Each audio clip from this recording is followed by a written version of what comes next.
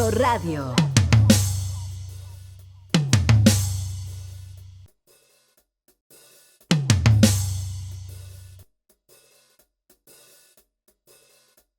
Bienvenidas, bienvenidos, bienvenides a la quinta temporada de ONO Radio, una producción de la Universidad Autónoma de San Luis Potosí a través de la Dirección General de Radio y Televisión y Orbe Sonora Collective.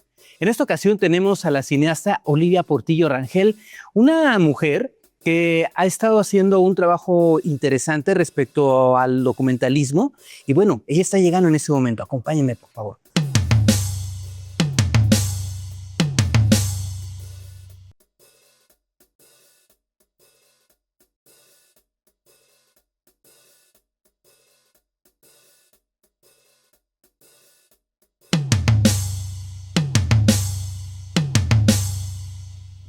Olivia, por fin estás aquí en la cabina después de años y años y años que he querido platicar contigo y que he querido tenerte aquí y compartir pues lo que has hecho, cosas muy bonitas. Bienvenida. Gracias, Leo. Pues sí, un gusto que ya por fin se nos hizo, ¿no? Ya no dejamos otro año que se pasara la conversación, ¿no? Sí. Pues encantada de estar aquí contigo. No, y tengo todavía el pendiente de tú y Rubén juntos. Claro, falta otro programa porque ahí sí hay mucha cosa que platicar, ¿no? Ajá. Oye, Olivia, ¿tú por qué decides estudiar comunicación, ciencias de la comunicación? Pues mira, a mí fíjate que me fue apasionando todo el mundo del cine desde niña. Ajá. Sobre todo, más bien, diríamos, en una etapa primigenia, las imágenes. O sea, la fascinación por ver transparencias, imágenes, transparencias, sombras, luces. Sí, desde pequeña, o sea, jugando con mi propia sombra proyectada así en la pared, ¿no? Desde que recuerdo que íbamos por mis hermanas a Bellas Artes, porque mi papá, siendo maestro de artes plásticas en Bellas Artes, pues muchísimos años, mis hermanas estaban tomando talleres de iniciación artística, danza, pintura, música, y yo, siendo muy pequeñita, pues acompañaba a mi mamá por ellas a recogerlas en la noche, ¿no? Ya cuando empezaba a atardecer, oscurecer. Y recuerdo que subía las escalinatas del Instituto Potosino de Bellas Artes y tenían siempre unos reflectores ahí muy grandes, ¿no? A un lado de las escaleras.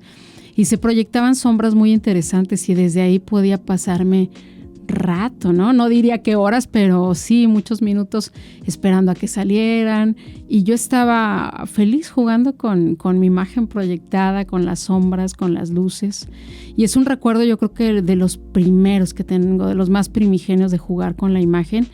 Y posteriormente, pues, estos juguetitos como los Viewmaster, los proyectores que empezaban todavía pues muy sencillos, ¿no? Hace muchísimo tiempo de eso, pero creo que me desgasté todos los cuentos que se podían pasar así en los carretes, o sea, creo que me los acabé, ¿no?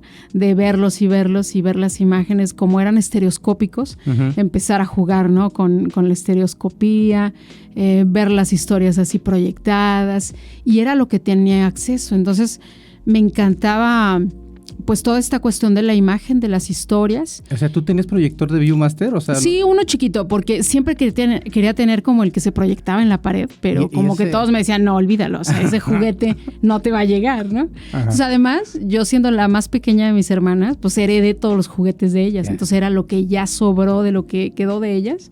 Pues me pasaron ahí un Viewmaster que tenían 3 cuentos y me los desgasté, y en algún momento me compraron otro de Plaza Sésamo y yo lo veía hasta el infinito, ¿no? Y ya estando en secundaria, o sea, te estoy platicando de primaria, ¿no? Más o menos, ya estando en secundaria, que siempre estuve en educación pública, tuve escasos 2 años en educación privada en la prepa, que es donde conocí a mi pareja, pero en todo lo que fue educación pública, pues toda mi vida, o sea, hasta estando en la UNAM, que ya les platicaré ahorita, pero de pequeña, estando en la secundaria, en una secundaria pública, empezaban así como a decirnos, a ver, hay que montar una obra de teatro, no sé qué. Bueno, siempre estábamos ahí dirigiendo la obra de teatro y dije, claro, voy a escribir los diálogos y entonces se estaba organizando, ¿no? Bueno, desde pequeña organizaba ya los juegos, así en mi familia y con los primos, a cada quien le asignaba roles y tareas y papeles y personajes desde que era pequeña, y estando en secundaria, pues olvídate, o sea, ahí sí ya nos soltamos más.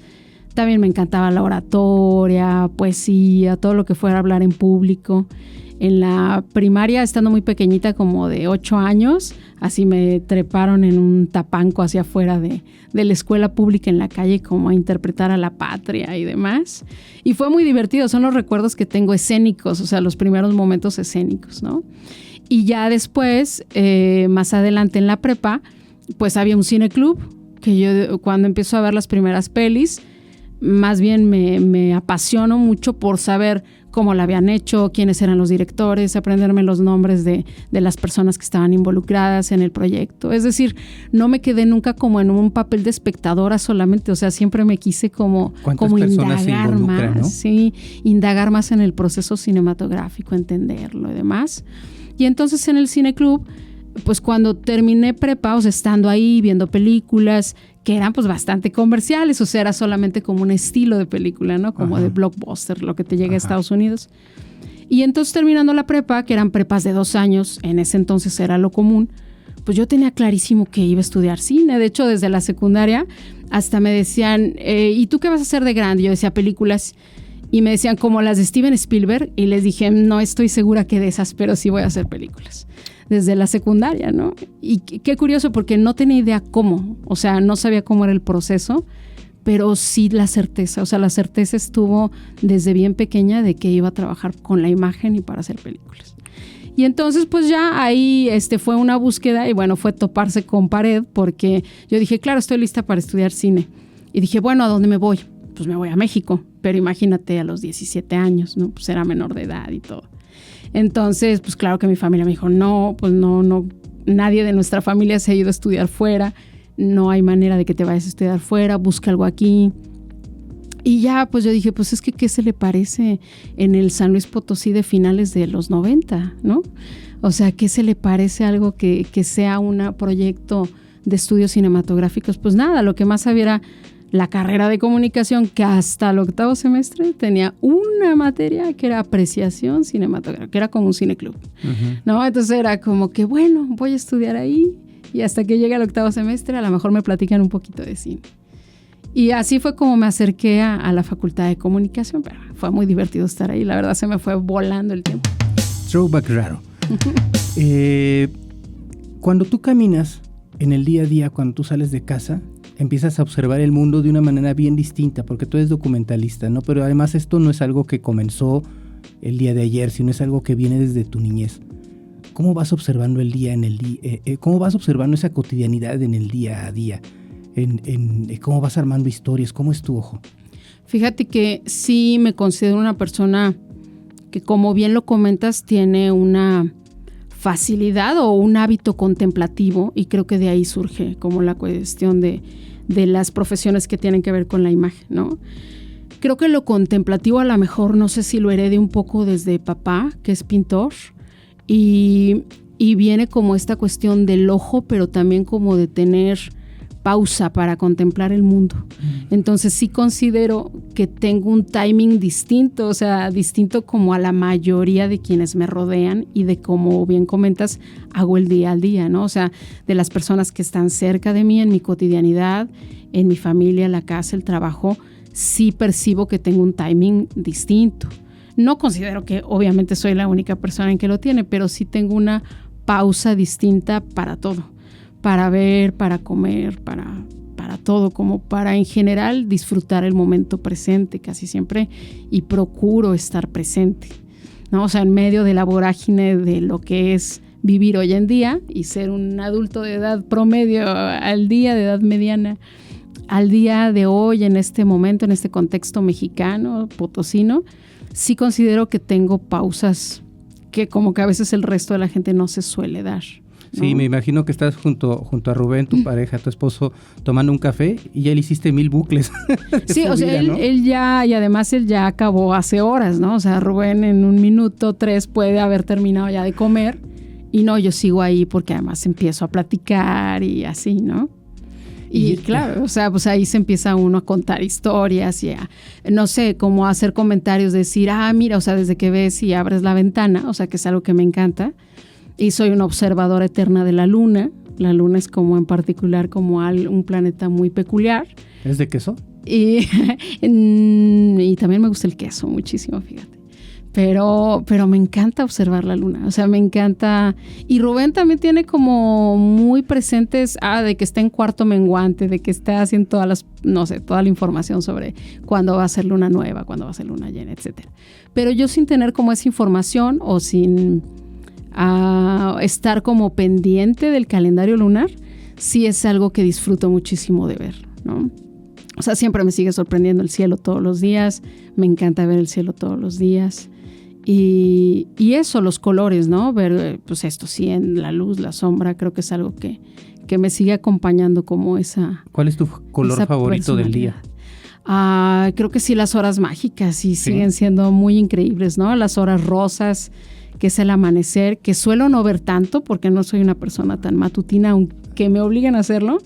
Me cuesta mucho trabajo entrar como en esa estructura de lo muy temprano. Siempre más bien veo los atardeceres y más bien llego a ver el amanecer cuando sigo de largo. Ahí es cuando veo el amanecer cuando más cotidiano. Te estás amaneciendo de la fiesta. Más bien me amanece. Más bien cuando me amanece digo, mira qué bonito amanece, pero cuando apenas vengo llegando. Siempre de algún lugar, ya sea por rodaje o por fiesta, pero siempre digo, ya amaneció. O sea, para mí es muy común que diga, ya amaneció. O sea, que me quedé haciendo algo porque soy muy lenta, porque me gusta ser lenta también. Y eso, cuando digo, ya son las 4, ya son las 6. Ok, bueno, ya me voy a dormir. ¿No? Así la vida. El origin story. Platicas, tu papá se dedica a la pintura, ¿no? Es un pintor reconocido en San Luis Potosí, y esto tiene que ver de alguna manera con estar construyendo tus realidades, con estar haciendo escenarios. ¿Qué estaba pasando en tu casa de niña? ¿Qué sientes tú que ocurrió, tu familia, tus hermanas, tus hermanos, tu mamá, para que tú tuvieras este camino?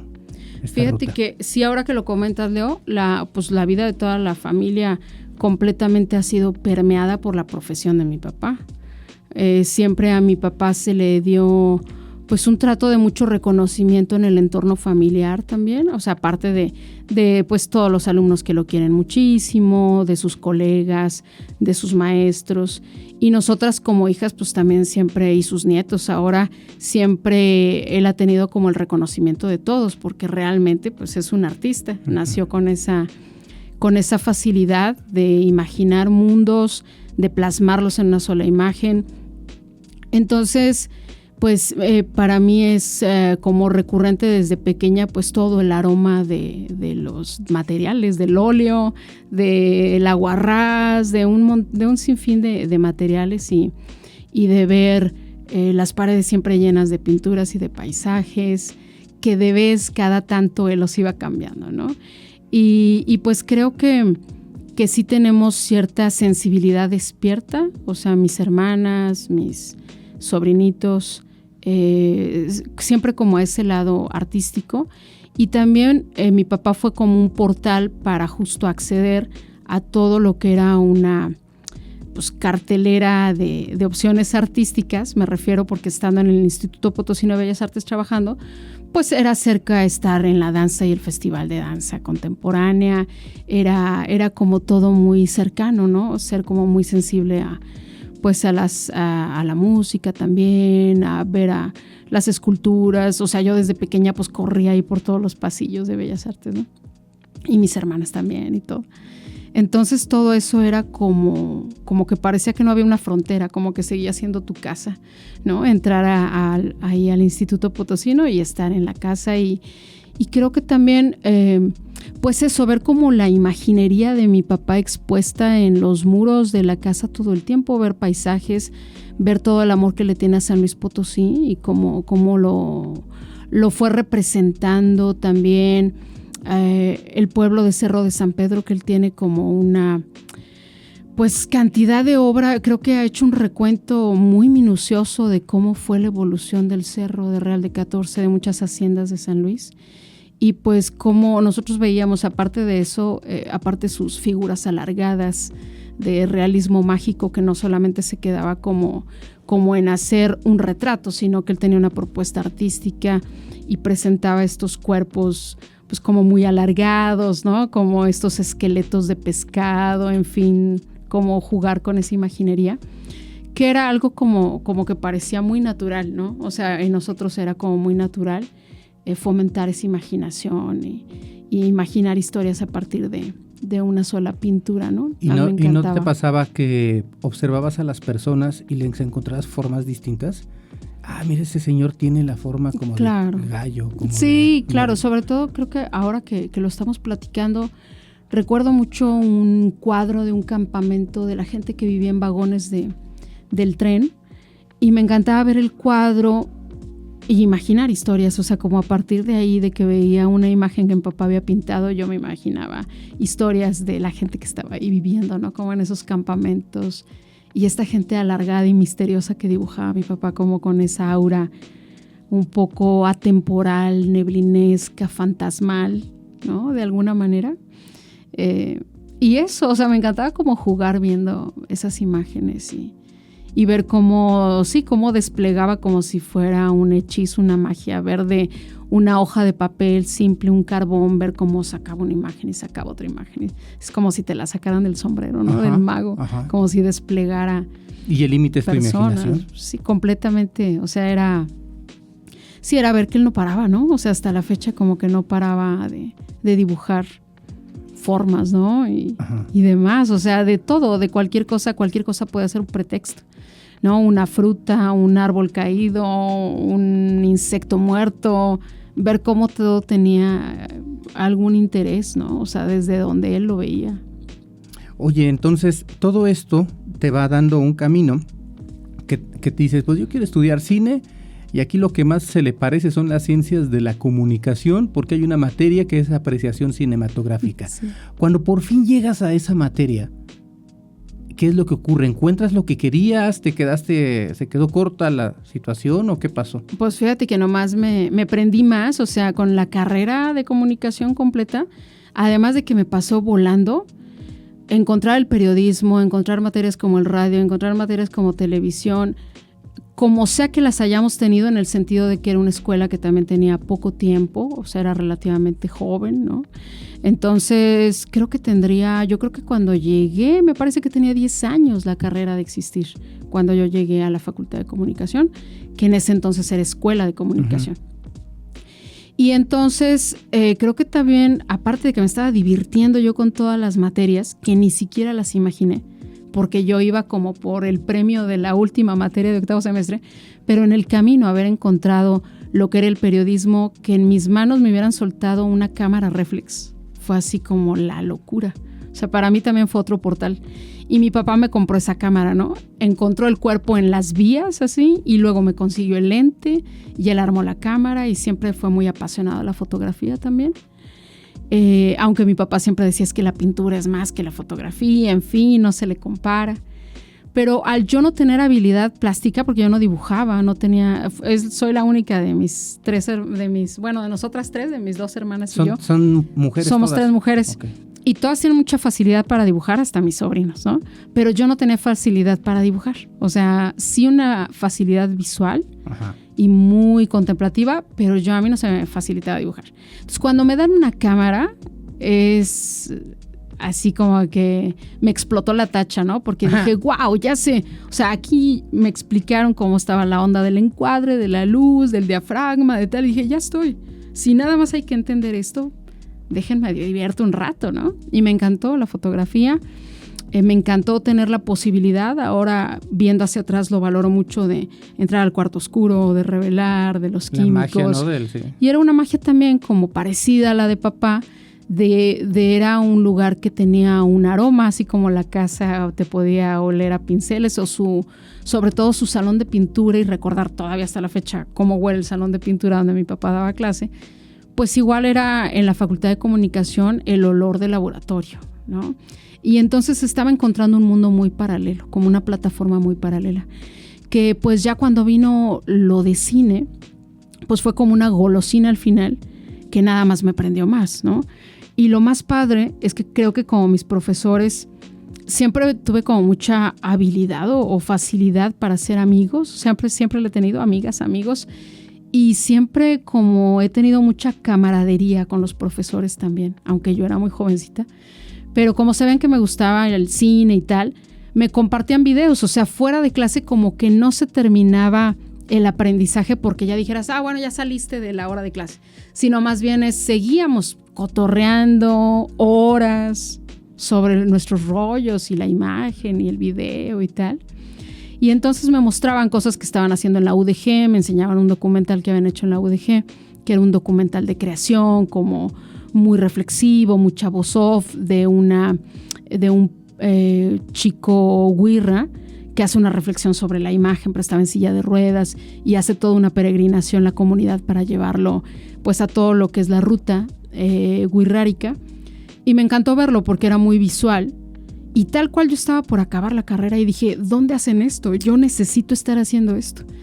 Y sí me sorprende todo el arrojo y la valentía a esa edad de decir, a ver, yo ya soy mayor de edad, ya me dijeron que me esperara y me esperé. Ya nada, ni nadie me puede detener. Y como además iba muy bien porque me divertía mucho en clase, pues tenía muy buena calificación, me titulé por promedio y total que en el 99. Por promedio, además. Yo a los 20 años ya estaba titulada. Ajá. O sea, estaba por cumplir 21 y yo había acabado como los requisitos de todo lo que me pedían mis papás y la escuela y San Luis Potosí. Ajá. Entonces yo dije, pues ya, o sea, yo ya tenía unas ganas de comerme al mundo, de salir, de correr, y decir, a mí nada me detiene, ¿no? Y entonces, tal cual, era un VHS y vi la dirección, ¿no? Que decía piso -2, la avenida Vallarta, creo que es donde está la UDG, las oficinas de la UDG. Y corrí para allá, o sea, así casi de que voy por un boleto de autobús. Y claro que no tenía resuelto a dónde iba a llegar, quién me iba a mantener, de dónde iba a salir el dinero. Yo solo sabía que tenía que estar con ese equipo de producción que estaban haciendo ese tipo de documentales. Y así lo hice, o sea, con una, pues sí, no, ignorancia a la vez de cómo vas a resolver todo lo demás. O sea, todo lo que el mundo adulto te da, el problematizarte y demás, pero siendo realmente tan pequeña y solamente teniendo como esa vorágine de decir, es que tengo que estar haciendo eso ahorita, o sea, ya no quiero distraerme nada más, yo ya cumplí con lo que era la parte formal escolar, ya déjenme como aprender, ¿no? Como pegarme a una producción. Y algo muy curioso es que creo que he tenido muy pocos límites en la vida, o sea, como que muy pocas voces que me hayan dicho, no lo hagas, no se puede. Más bien me dijeron, pues ya, pues a ver, entonces, ¿cómo te va? ¡Hola, qué padre! Y ya, con esa libertad de decir, pues sí, ¿dónde está? Tenía un amigo de la prepa que apreció mucho que ya se había ido él allá a estudiar arquitectura y tal cual le dije, pues voy para allá, ¿no? Y dije, ya veré cómo se resuelve el rollo. Y total, bueno, pues ahí me estuve 6 meses tomando cursos libres en la UDG y también en el ITESO. Porque en el ITESO estaba en la carrera de comunicación, sí había una materia que era de documental.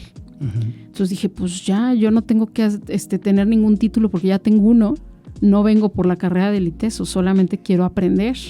Entonces ya era un hambre de aprender, tal cual, ¿no? Y ya en ese inter, pues ya estás descubriendo otras posibilidades de estudio. Completamente, sí, o sea, completamente yo sentía que era mi lugar, o sea, que tenía que estar ya con otros profesores, con lo que seguía, ¿no? Con otros compañeros, todos que estuvieran como muy comprometidos con lo audiovisual, ¿no?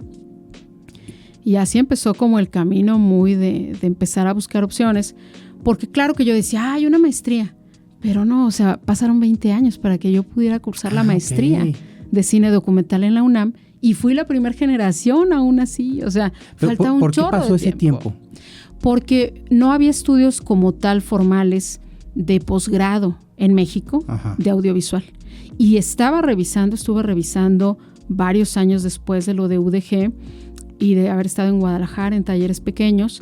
Pues claro que me metí a indagar y te estoy diciendo que todavía el internet no era lo de ahorita, ¿no? No es como la velocidad que tiene ahora. Que estaba indagando cómo me iba, porque dije, no hay máster en México. ¿Dónde hay? Y entonces, claro, en Barcelona había máster de documental. Estaba San Antonio de los Baños en Cuba. Vi que tenía una carrera de cine que era 3 años. Y dije, bueno, a lo mejor. Pero decía, ¿cómo va a ser otra licenciatura? Yo ya quiero estar como trabajando en producciones, ¿no? Pero sí tenía la necesidad de formarme con un grupo de gente. O sea, sí tenía muchas ganas de tener otra vez como una explicación de todos los pormenores de la producción de una forma escolarizada, que es como una burbuja amigable, ¿no? Como que tener un aprendizaje dentro de una escuela, pues es como una burbuja de amigos de alguna manera, ¿no? Entonces dije, bueno, sí quisiera aprenderlo escolarizadamente. pero no había la opción y pues tampoco tenía el recurso. O sea, me quedaba claro que tenía que trabajar, juntar dinero y irme a tomar un máster, ¿no? Y en ese inter, ¿qué En ese inter haciendo? pasaron un montón de cosas. O sea, empecé a enrolarme en producciones. Mis papás me decían, está súper complicado mandarte dinero para que vivas en Guadalajara, regrésate. Me regreso, yo pasan 6 meses, me regreso a San Luis Potosí y trabajo como todo un año haciendo cápsulas para Televisión Azteca en diferentes municipios, prácticamente todos los municipios de San Luis Potosí hacíamos cápsulas, y después de eso me llega una invitación a formar parte del Colsan, del Colegio de San Luis, en el área que eran los proyectos especiales de presidencia, bajo la dirección de Tomás Calvillo Una, el doctor que es historiador, y que él tenía una afición también al mundo de la imagen que me dio muchísima libertad y me dijo, oye, vi los documentales que traes y tal, haz eso aquí, con los investigadores de aquí, con los temas de aquí. Entonces era Disneylandia, ¿no? Para mí era tener temas de qué hablar, tener especialistas que sabían de los temas y que me cayera una cámara. Y aparte que me decía, pero también te haces cargo del programa de radio, ahí de paso, que es de difusión, ¿no? De la ciencia y la cultura. Y pues dije, claro, ¿no? Y me encantó, yo estaba fascinada trabajando ahí, casi llego a completar 4 años, cuando me seguía haciendo cosquillita, que varios de mis compañeros y amigos ya habían estudiado en la UNAM o estaban estudiando en la UNAM en la escuela de cine, que en ese entonces era Centro Universitario de Estudios Cinematográficos, y que propiamente había en ese entonces solo 2 escuelas muy acreditadas, ¿no? Que era el Centro de Capacitación Cinematográfica y el Centro Universitario de Estudios Cinematográficos de la UNAM. Entonces, pues me picaba mucho, o sea, me inquietaba mucho. Yo estaba muy feliz haciendo mis producciones con especialistas del Colsan, pero dije, imagínate tener la oportunidad de que alguien te explique todos los pormenores de cómo trabajar con actores, de hacer un casting, de cómo son los guiones, de todas las posibilidades que puede haber como que en el mundo de la cinematografía. Y dije, pero dura 5 años, ¿cómo voy a hacer otra carrera? No, era como que tenía mis dilemas. Uh-huh. Y dije, bueno, total, voy a presentar el examen. Es que no tenías prisa. Pues nunca, es el tema que he tenido, que te digo, tengo unas pausas en la vida en la que ya como el sentir que, bueno, ya no tengo que cumplir con nadie, hago lo que me da la gana, y no tener tampoco como mucho impedimento de alguien que me detenga, pues me ha permitido hacer todo lo que se me ha dado la gana, básicamente. Entonces también fue como, bueno, ¿por qué no lo voy a probar? Pues sí, no quiero como terminar la vida y no haber intentado nunca estudiar cine propiamente y formalmente, ¿no? Porque además decía, pues es que sí, tengo todas las ganas de hacerlo, nadie me dice que no, mi pareja me apoya, pues ¿por qué no lo voy a hacer, no? Entonces la sorpresa es haberlo conseguido más rápido de lo que creí. O sea, haber entrado pues en la primera vez que presenté el examen, que es un proceso de 4 exámenes a la vez. O sea, es una selección donde se van descartando gente que llega de todo el mundo. Porque pues van metiendo solicitudes, sobre todo gente de Latinoamérica, pero también de Europa y también de Asia. Y no lo creería, o sea, no lo creería que toda esa gente quiere un lugar para estudiar formalmente cine en la UNAM, ¿no? Estando dentro del Colegio de San Luis, veía también como con mucha, pues no sé si ambición o expectativa o certeza interior a los doctores que venían de la UNAM.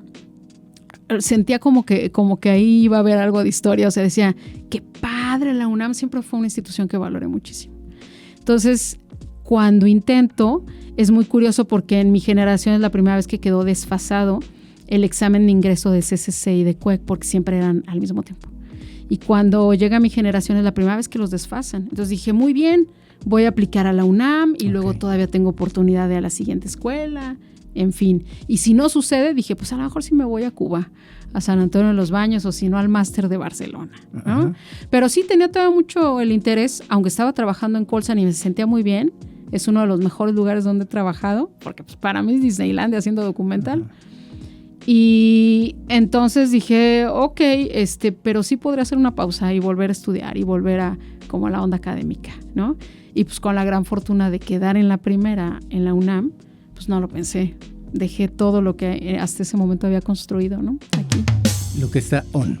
Entonces esto le da un giro a tu vida, porque aunque si bien desde niña estabas encaminada, ya el hecho de formalizar tus estudios en cine, ya en una maestría, pues después de esto se viene un hecatombe porque empiezas a chambearla y ya te vas por el género documental, ¿no? Empiezas a escribir esas historias, ¿no? Venir de una escuela pública te hace tener esta sensibilidad hacia la realidad mayoritaria de nuestro país, ¿no? Lo que socialmente se vive y es mayoritaria, las injusticias sociales, y empiezas a tener una documentación desde una perspectiva de género además tan necesaria, ¿no?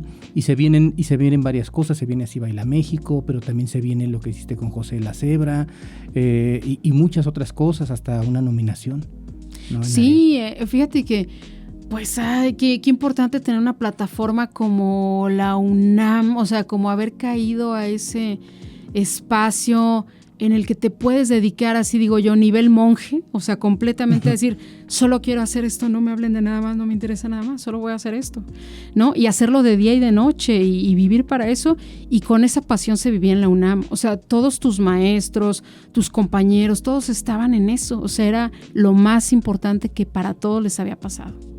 Entonces, estar en ese nivel de compromiso, hasta los mismos administrativos de un lugar, portar todos con orgullo la camiseta, decir somos la UNAM, y respirar, como bien comentas, toda esa fuerza, toda esa voz social, como cargar también con ese compromiso, porque nos repetían una y otra vez que éramos la escuela que costaba más por los rollos cinematográficos, porque me tocó ese momento en el que todavía trabajamos con cámaras Bolex, con cámaras muy viejas, o sea, cámaras de la Segunda Guerra Mundial, con tripiés de madera, con un montón de cosas que era un lujo acceder prácticamente a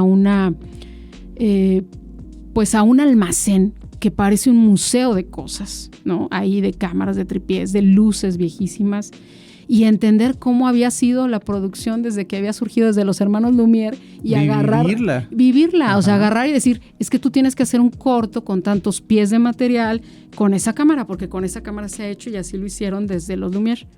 Pues ahí está el equipo, o sea, entenderlo, olerlo, estar con todos los maestros que te dan la confianza, la certeza, empaparte de toda la voz social que hay en la Ciudad de México, pero en la UNAM particularmente, que te dicen nos debemos completamente a la sociedad, o sea, toda la sociedad les está pagando a ustedes su escuelita y que tengan aquí como el lujo de dedicarse solamente a esto.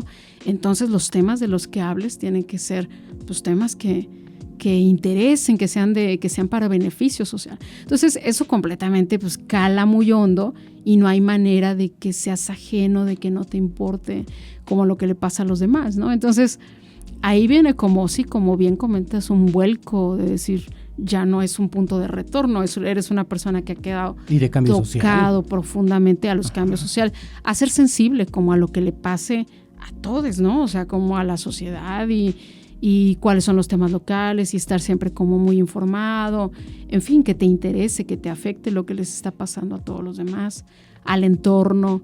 Y luego en este camino de documental es casi como una línea directa o está de la mano ser activista, porque creo que es algo que va sucediendo. Sí, 100%. Porque tú, siempre les digo a los alumnos, ¿no? Les digo, es que terminas tu película de ficción, tu guión de ficción, lo haces, te diviertes mucho y tal, pero termina, todos nos despedimos y los actores habían tomado un cuerpo o una piel de personaje, tenían otro nombre y ya tan se acabó y seguimos nuestras vidas, un poco de manera a veces frívola, pero cuando haces documental no hay manera de división, o sea, la persona con la que acabas de cortar ahorita la toma sigue llamándose igual y sigue teniendo una pesada vida, historia, en fin, y tú ya has quedado tocado con esa historia porque no puede ser que ya no, o sea, que no voltees más a ver esa realidad de la que hablaste hace 10 años, hace 15. Entonces, como que vas sumando esos temas a tu vida, no es como que tú digas,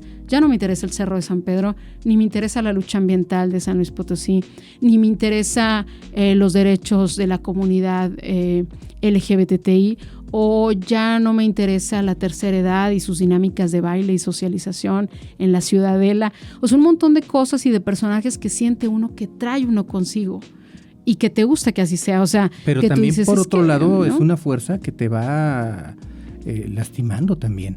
Sí, creo que, claro, hay que ir como creciendo en compasión, creciendo en una mirada también amorosa hacia todo lo que te rodea, ir entendiendo como las cuestiones de una forma más ecológica, en el sentido de decir, ok, o sea, cuando alguien es víctima, cuando alguien es victimario, entender que todos pasamos por un montón de etapas, que a veces puedes estar de un lado, que a veces la vida te puede llevar a estar del otro. Pero que te trastocan también, que es algo completamente, o sea, completamente es estarte provocando a ti mismo y no estar como en un momento de confort, digamos, aunque sano, darte tus espacios de respirar, reflexionar y todo, como comento, tener las pausas.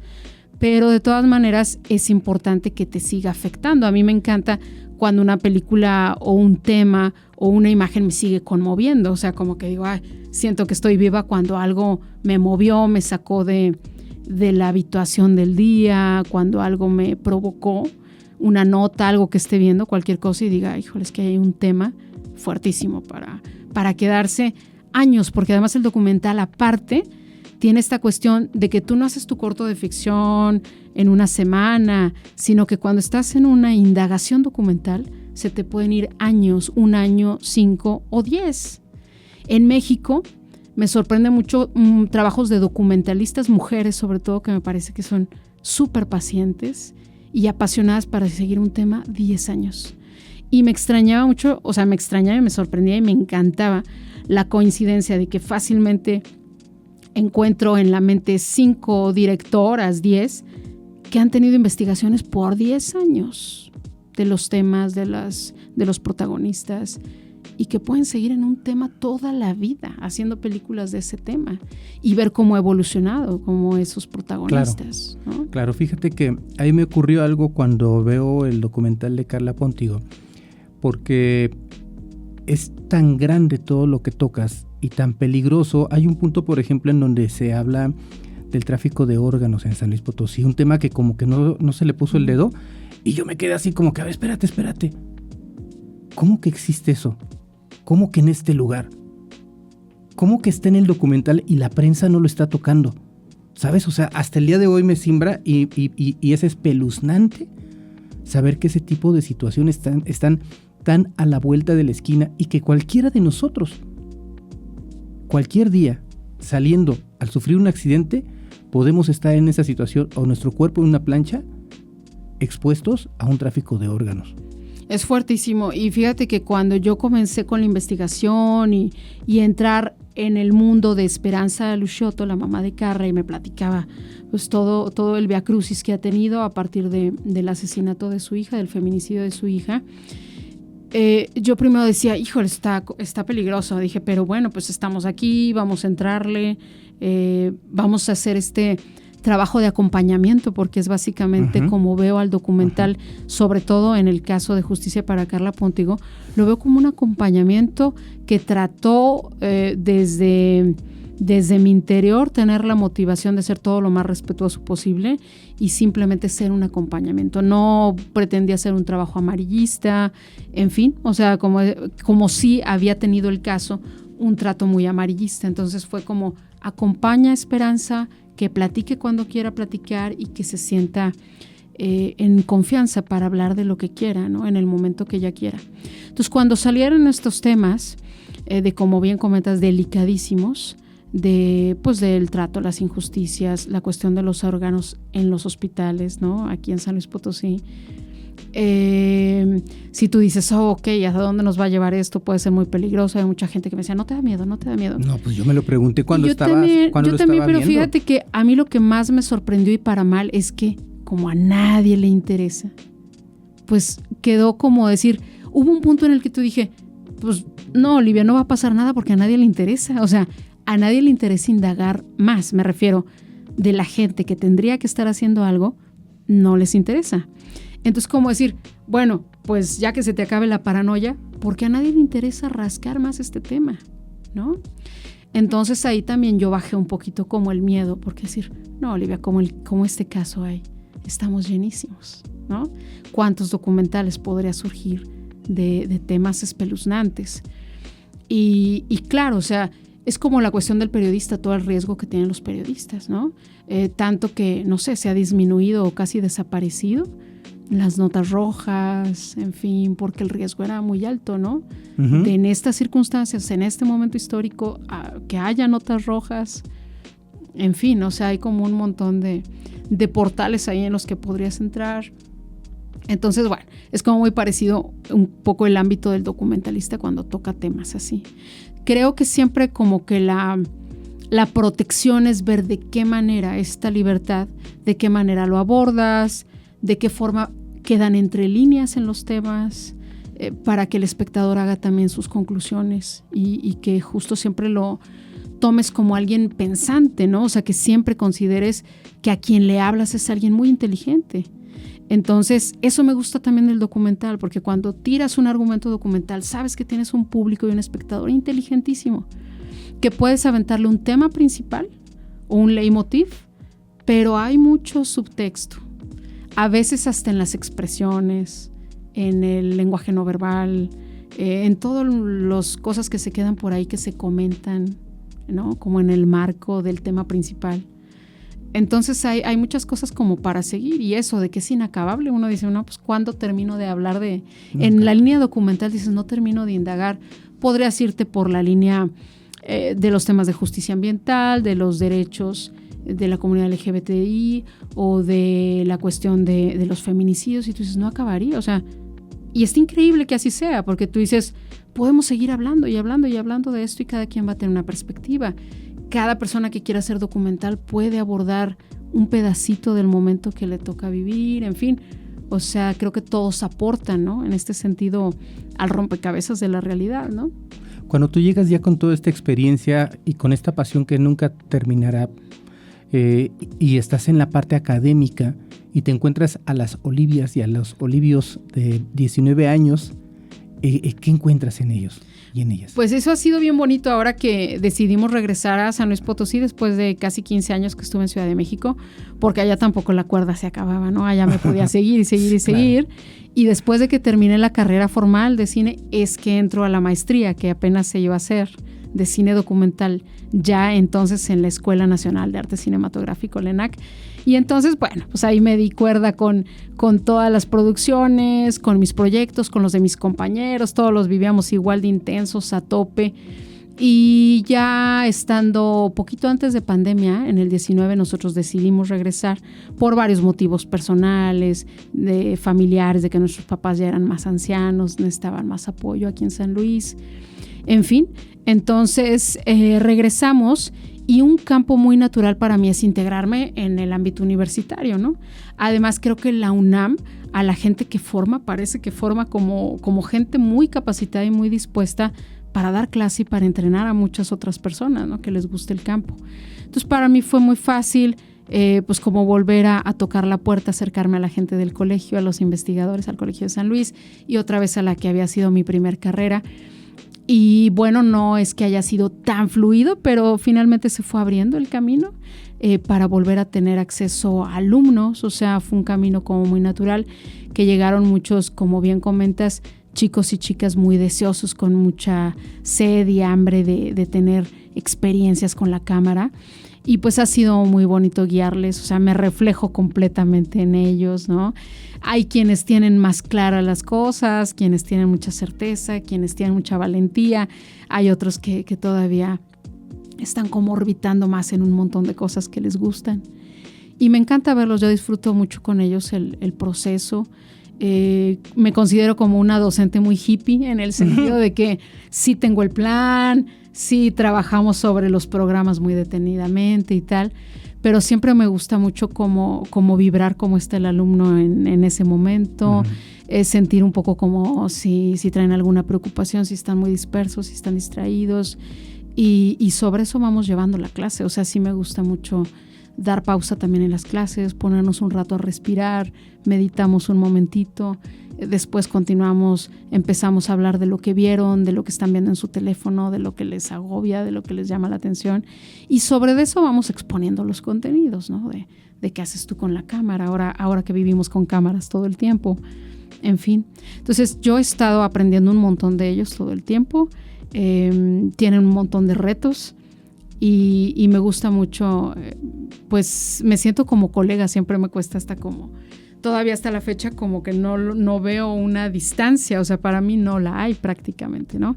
O sea, entiendo toda la cuestión de que sí, tenemos una posición en la que uno es más receptivo y son alumnos y otros somos docentes, pero me gusta como mucho más holística la clase y como decir, bueno, no quiero poner líneas entre que soy maestra o no, más bien pues me considero como una acompañante de ellos también en su proceso de aprendizaje. Y me encanta, si tengo la oportunidad de involucrarlos a producciones, o sea, en cuanto hay posibilidad, les digo, va a una producción, tal, tienen que meterse, tienen que estar, vamos un día, ¿no? Entonces me encanta que sientan como el ambiente, porque con un día, con unas horas de estar cerca de una producción te quedan claras un montón de cosas, de decir, claro, ya entendió perfecto el organigrama de esto, ya entendió perfecto las responsabilidades que tiene cada departamento, ya saben las funciones de lo que tienen que hacer, ¿no? Entonces es muy padre cuando siempre hay posibilidad de decir, ok, juguemos esto, llevémoslo como a otro nivel, metámonos un día como ahí, entre los camiones de producción cuando llegan, ¿no? Sientan el ritmo al que están trabajando todos, ¿no? Como la gente súper especialista en su área, si tiene que enrollar el cable, son los que hacen eso siempre, ¿no? Y lo hacen perfecto. Los que sirven los alimentos, la gente que limpia, la gente que maquilla, que prepara, que está recordando las líneas. O sea, hay una sincronización, es una maquinita, ¿no? Es como una fábrica de hacer la película de alguna manera. Next Level. A ti ya te ha tocado ser nominada, ¿no? Para bueno, reconocida muchísimas veces, pero el tema de la nominación es que pues esto requiere de apoyo, ¿no? Entonces en la medida que se van abriendo pues estas puertas, también se van abriendo estos pequeños como grifos de agua que te permiten como que ir caminando para ir juntando esta agua y conseguir los apoyos, ¿no? Esta nominación al Ariel pues es algo que pone la vista en tu trabajo, pero también, por ejemplo, la experiencia te está diciendo, estoy haciendo un documental, lo que platicábamos hace un momento, que ya lo tengo en línea de tiempo, me da tal duración, pero me gustaría bajarlo porque esto me va a permitir tener otro tipo de accesos, ¿no? Y de apoyo, porque tiene que financiarse todo esto. Ya no es como cuando de niña que te querías ir a Guadalajara y a ver cómo le hacías, ¿no? Exacto, sí, te digo, pues uno con una imagen muy inocente, ¿no? De decir, no me importa la complicación o sea, es decir, no, ni siquiera imaginaba la complicación de ser independiente, o sea, me planteé, por delante iba mi pasión y después iba cómo iba a resolver, ¿no? Pero como bien comentas, ahorita ya pasados los años, cuando te toca tener en tus espaldas, llevar a buen término una producción completa o incluso tener un recurso que tú dicen, pues aquí está, este es el tope, no puedes pasar más, tiene que acabar la película en tal fecha, ¿no? Porque yo hago documental, o sea, cuando suelo proponer un proyecto autoral, suele ser muy documental, ¿no? Y suelo trabajar con muy poquitos recursos, muy poquitas personas y muchísimo tiempo. O sea, hacer una investigación larga y eso es como algo común. Pero cuando me invitan a proyectos de ficción, casi siempre es en el batallón que va al frente, o sea, estar en la línea de la gente en el equipo de producción y casi me toca como coordinar producción, gerentear unidad o hacer la producción ejecutiva, ¿no? Entonces es todo este tema de decir, tienes la responsabilidad de una cantidad de dinero enorme, tienes que tener temas de transparencia, hay que rendir cuentas de cada peso y tienes que procurar un ambiente mínimamente equilibrado entre todas estas, entre 100 personas, de menos, que es como la cantidad de gente que maneja una producción mediana en México. Y tú dices, pues tienes que coordinar a 100 personas y que nadie se mate, que todos hagan una peli, que de todo, para todos sea una buena experiencia y que lo quieran seguir haciendo en sus vidas, ¿no? Y pues tenemos que tener película a final de cuentas, ¿no? Entonces sí, digamos, yo como logro personal y autoral, pues están estas nominaciones y estos reconocimientos, pero en equipos de trabajo más grandes, pues se han logrado muchas cosas, ¿no? Se ha habido muchos premios, reconocimientos y demás. Y es muy interesante cómo, aunque solamente se le voltea a ver al director, a la directora en una película o en una obra, proyecto cinematográfico, entender toda la gente que estamos detrás siempre en cualquier proyecto y decir, híjole, es que la película de la directora después se vuelve tan de otros como lo es en el proceso. Muy colectivo. Muy colectivo, es completamente una creación colectiva y es muy lindo subirse a ese barco y decir, claro, o sea, es tu película, aunque tú hayas servido el catering o aunque tú hayas maquillado, es tu película. Hicieron ese proceso y lo vivieron juntos y son procesos, digo, donde te hermanas y haces familias, construyes familias en semanas, en meses que pasas viviéndolo todo con esas personas que tienen que sacar adelante un proyecto. Sobre todo en los esquemas de México, ¿no? De Latinoamérica, donde tú dices, ok, tenemos tantos recursos, hay que cuidarlos al máximo, tienen que rendir, tiene que generar una obra interesante mínimamente con una narrativa que sea comprometida, en fin. Entonces, han sido experiencias muy lindas y bien distintas también, ¿no? Hacer el documental de ficción y trabajar en proyectos desde 2 personas autorales hasta hacer cosas de arriba de 100 personas, ¿no? ¿Y a dónde quieres llegar? En diferentes roles, ¿no? ¿A dónde te gustaría llegar?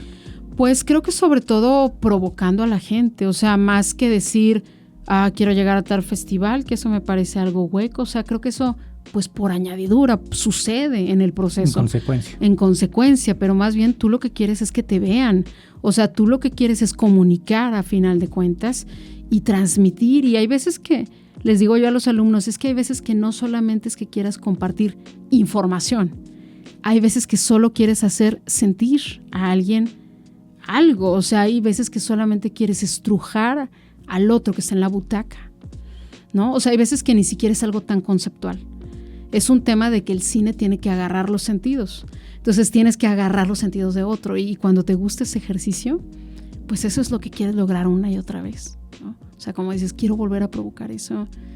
No sabemos con qué tema, no sabemos en qué circunstancia, no sabemos si el proyecto Pero es el chiquito, reto, ¿no? De cada proyecto. No sabemos si es un reto de un proyecto de cortometraje o de un largo o de si va a ir, te digo, si va a ir a tal festival o no.